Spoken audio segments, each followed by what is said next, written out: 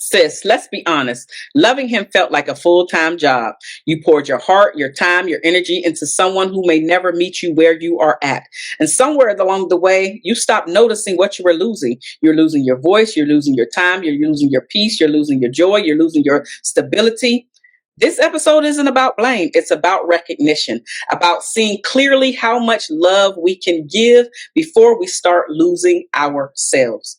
We're going to explore what it looks like to care without self-erasure, how overinvestment shows up in subtle ways, and why the hardest love sometimes is the one that we redirect toward ourselves. I'm Marshawn Olanio. Thanks so much for joining me today. There is an invisible cost of over caring.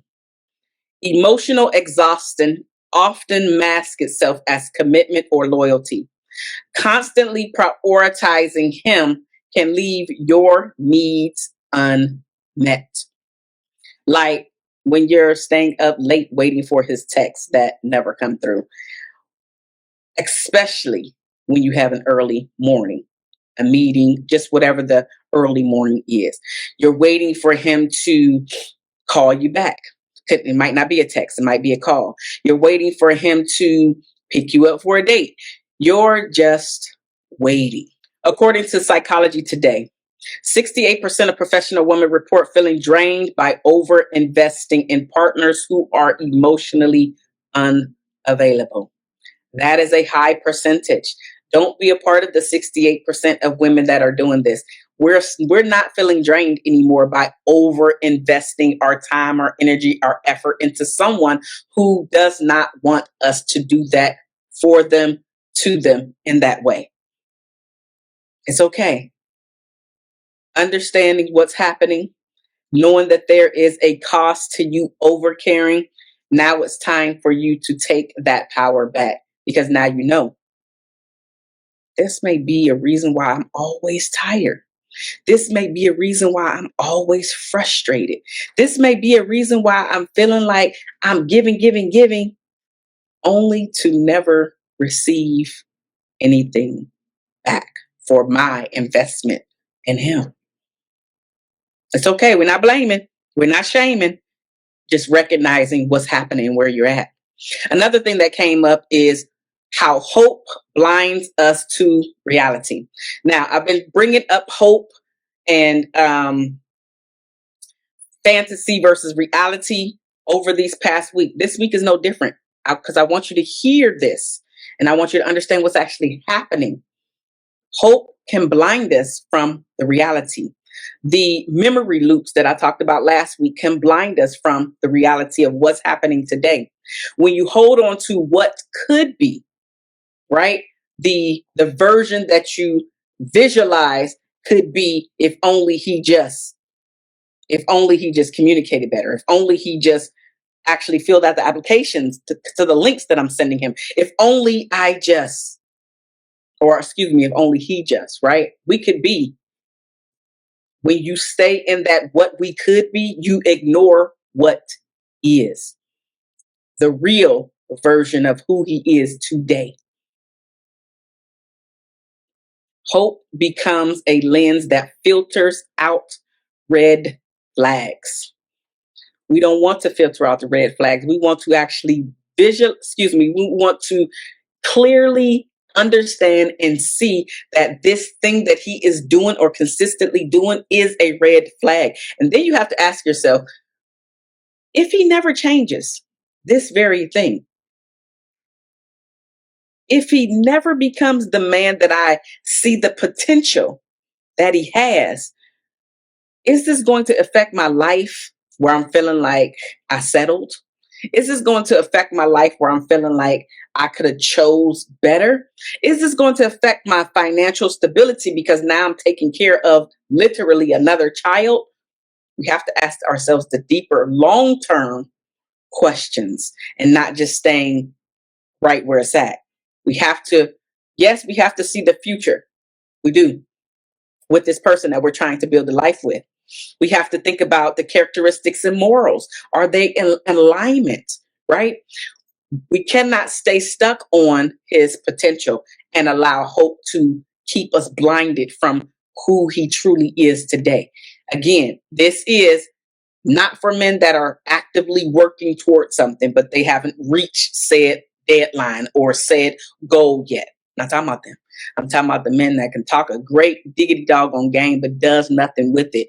1 month he talks a great game. The next month he ain't did nothing with it. It's all just talk. That's it. Or maybe he actually came up with the plan, but he's still not working his plan. That's all just talk. You can't motivate him to do and take the steps. He has to want to do that. Hope can blind us to what the reality is. That can keep us making excuses for his inconsistent behavior because he's really trying. But is he really? Is he really? Or are you just tired of having the same conversation about him to others where you feel like you have to come up and defend the person that you chose?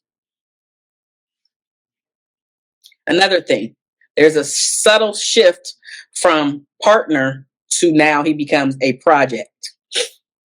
Caring turns into coaching, it turns into mentoring, it turns into fixing. And that's exhausting.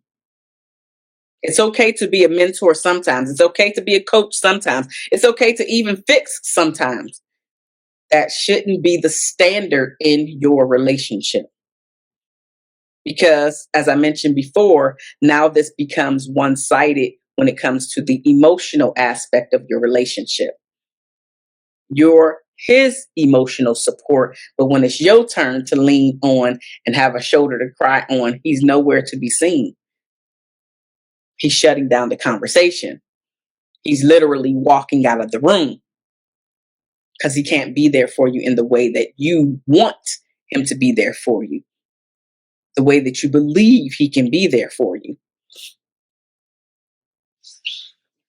72% of women have reported taking on caretaker roles in romantic partnerships without reciprocity, according to the University of Michigan. Again, 72% of women have reported taking on the caretaker roles in romantic partnerships without reciprocity. 72%. I get it. We're nurturers. That's how we're built. I'm not saying never do this. Absolutely not. I'm saying paying attention to the patterns, recognizing where this could actually be coming from. Has your partner, has the person that you're dating, that you have been giving your body to, that you have been seeing this potential in, that you have been their motivator, you have you have been their emotional support system. Have you noticed that they are no longer your partner and they have become the project that you are managing? Another thing that happens when you start to lose yourself because you're loving him, you neglect self in the name of love, where you start to prioritize his feelings over yours. And it's not just once, it's not twice, it's not thrice. It's becoming a habitual habit over and over and over and over again, where you are slowly sacrificing yourself. We're not neglecting ourselves in the name of love. And one of the reasons why this keeps coming up is because you have yet to identify what's blocking you. I created a quiz to help you to identify what's blocking you from being soft in love. These questions are curated specifically for Black professional women because that is the women that I serve and help the majority of the time. I curated this quiz because I wanted to help you to recognize the patterns that keep showing up in your life. And that way you can start to work on these areas to start alleviating these patterns.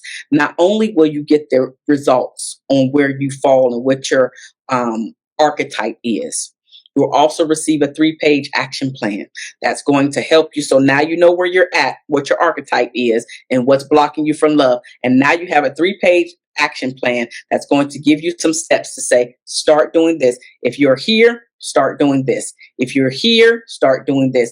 That way you can really start to redirect build and recenter yourself so you can attract better mates, so you can be chosen by the man, because he who finds a wife finds a good thing.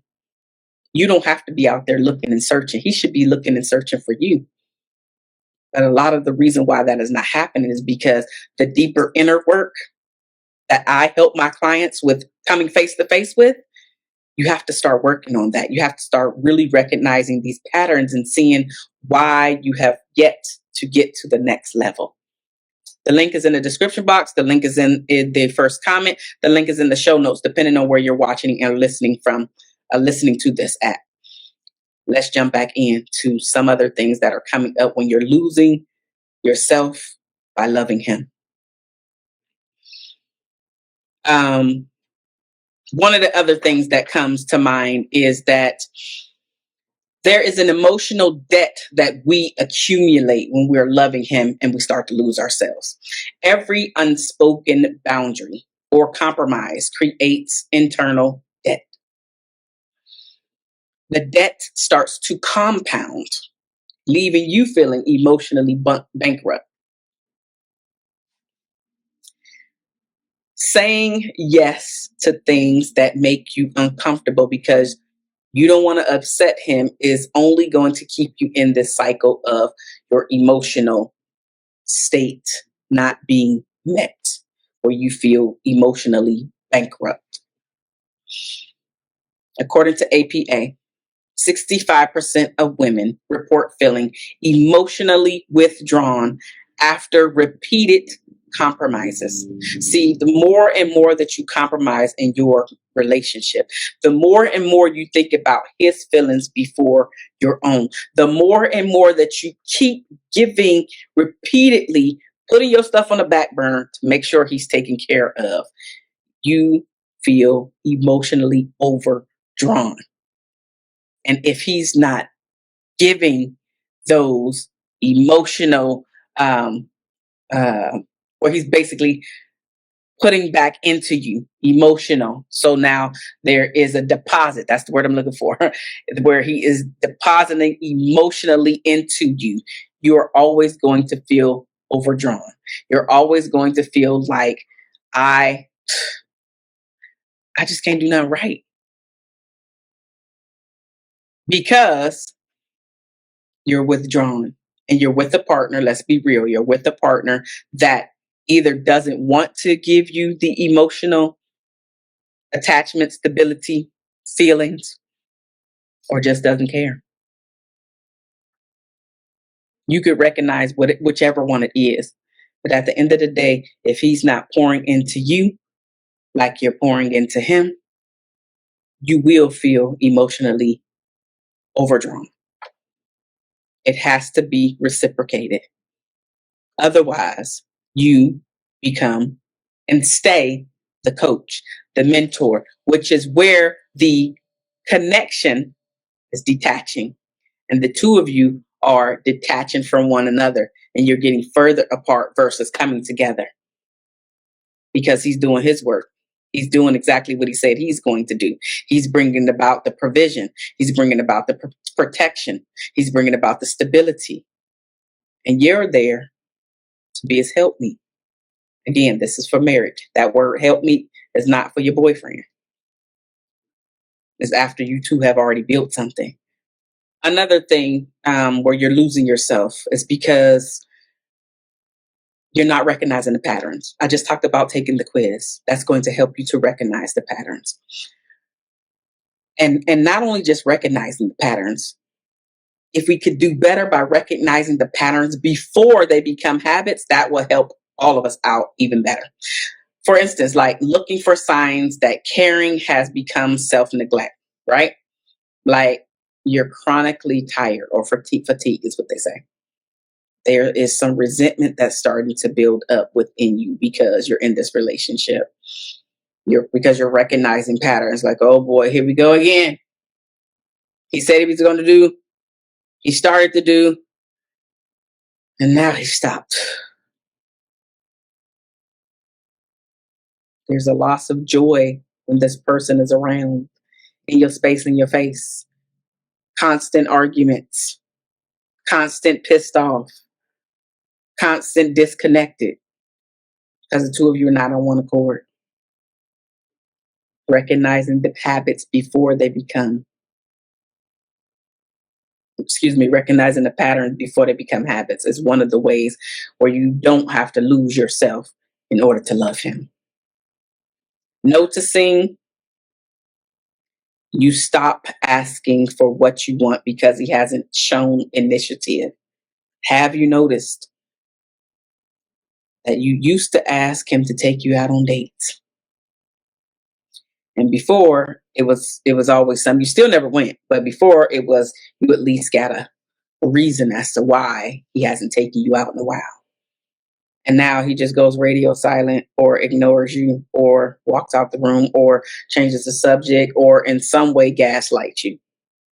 Awareness, recognition is the first step toward changing your life around.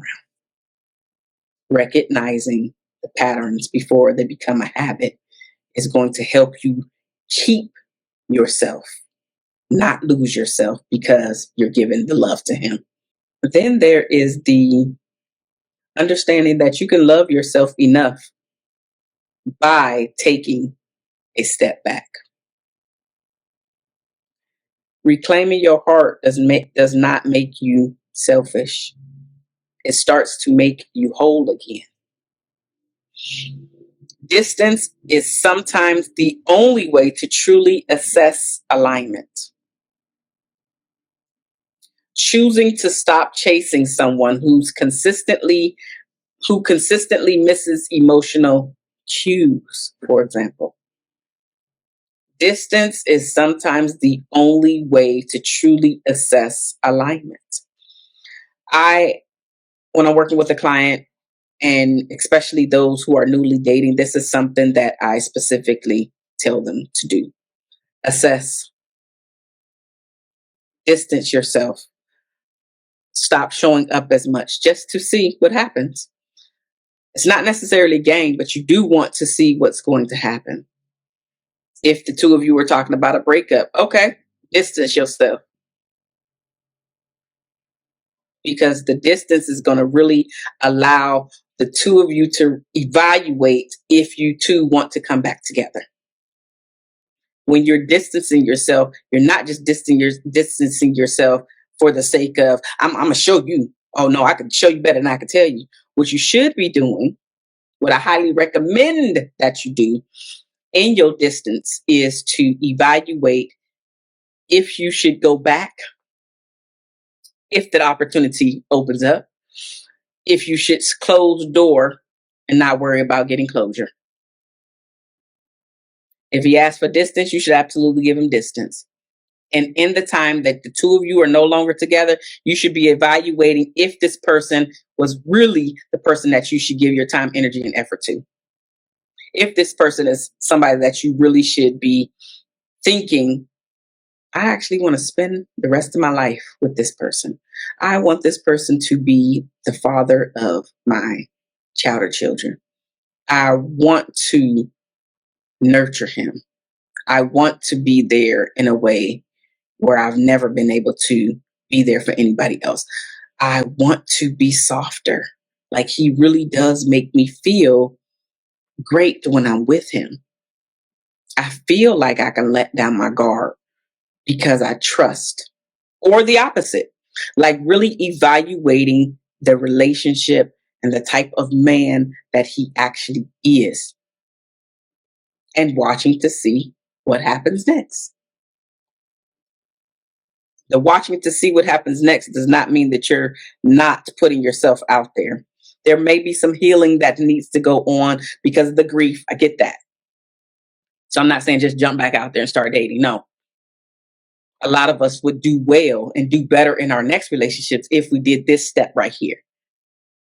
Asking for a break. Okay, now said break or a breakup, like forever. That time before you start dating the next person, that time frame is where you evaluate. What did I do wrong?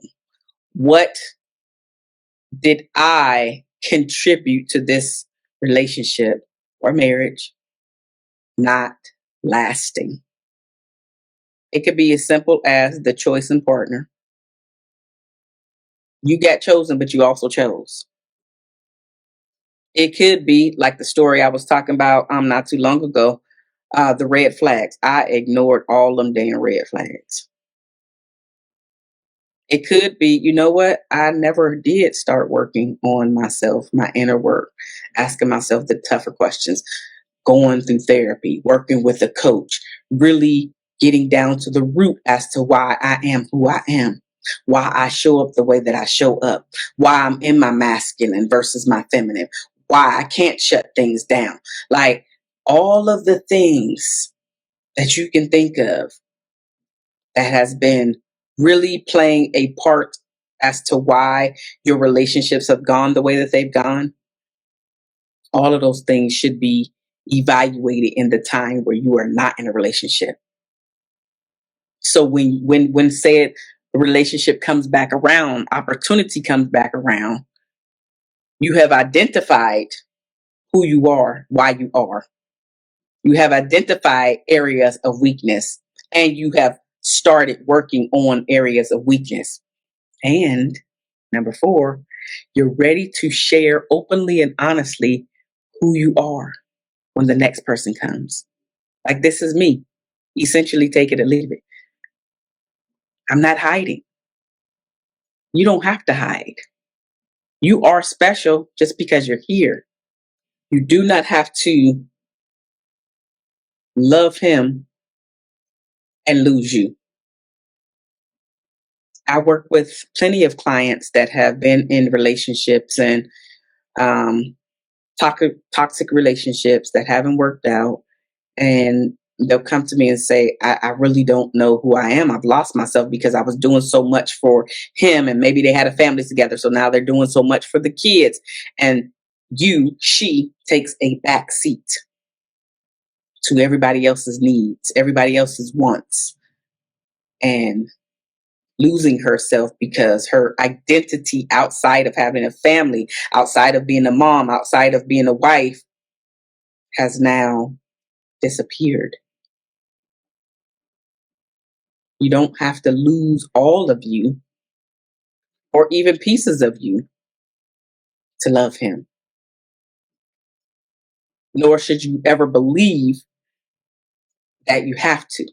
If somebody is planting those seeds on you, in you, they are not your person. Please hear me. Love yourself enough to step back. Women who practice intentional self-love report 50% greater clarity in their dating choices. Just by practicing intentional self-love. 50% more chance having the clarity. And I love this statistic because sometimes I've worked with clients that didn't have a clue as to the type of dating relationship that they wanted. And if you don't know, ain't no way he gonna know. And unfortunately, the majority of the time, the box that you start off with a man is the box that you stay in. You want to move the relationship forward, but you started off with a one night stand. You are pretty much fun girl. If you keep going there, you're fun girl. Now, sometimes it does blossom into something else, but usually it doesn't. You have to know the type of relationship, be clear on the type of relationship that you want before you start dating. Do you just want to be boyfriend, girlfriend? Okay, that's where you at. You want to actually be wifey?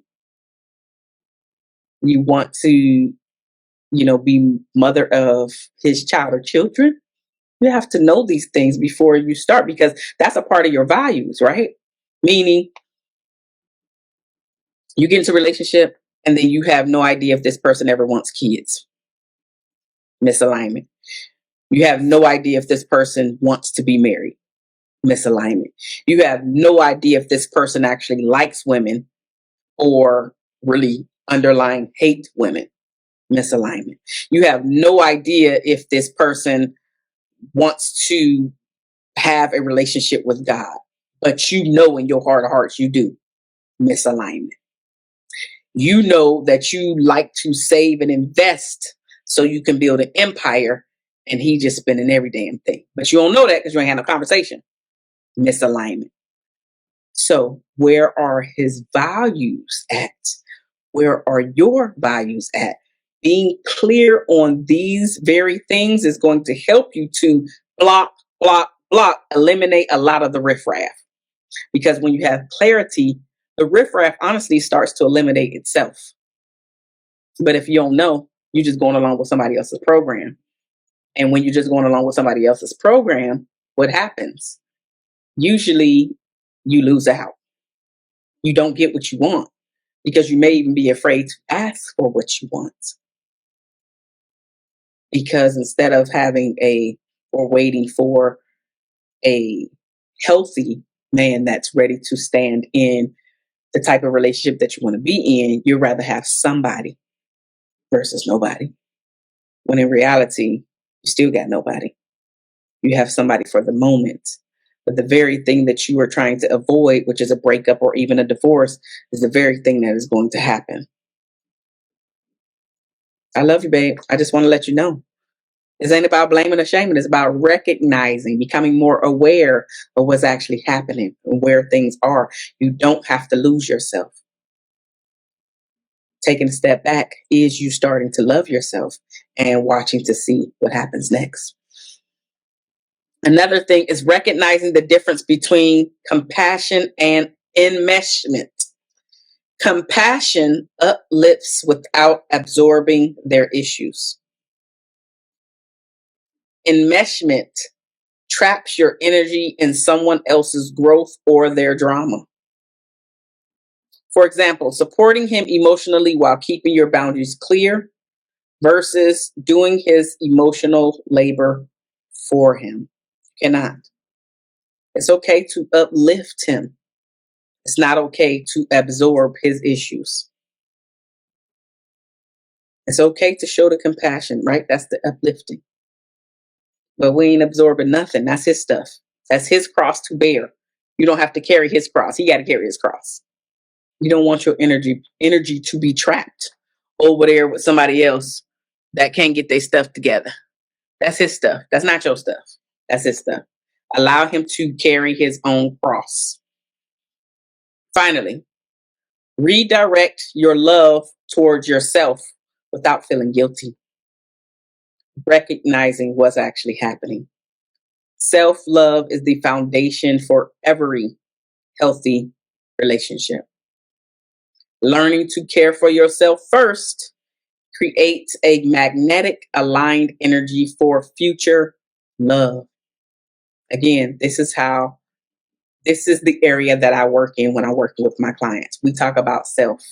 What's going on with you? Even if you're in a relationship or a marriage, we talk about you, your areas that you can work on so you can be better, show up better, recognize what's actually happening. What are the downfalls and the things that you can do to help turn things and shift things around? Women who prioritize self-care in the relationships report 2 times higher satisfaction in their subsequent partnerships. When you realize loving him has cost you pieces of yourself, that's the moment you get to decide. Keep shrinking or start expanding. If you're ready to break free from these patterns that leave you over caring, over giving, and under receiving, take my free quiz. What's blocking you from being soft in love? It'll help you to uncover what's keeping you stuck in the cycle of loving others more than yourself and guide you toward love that doesn't cost you your peace. I love you guys, and there's nothing that you can do about it. I will see you next week. Bye-bye now.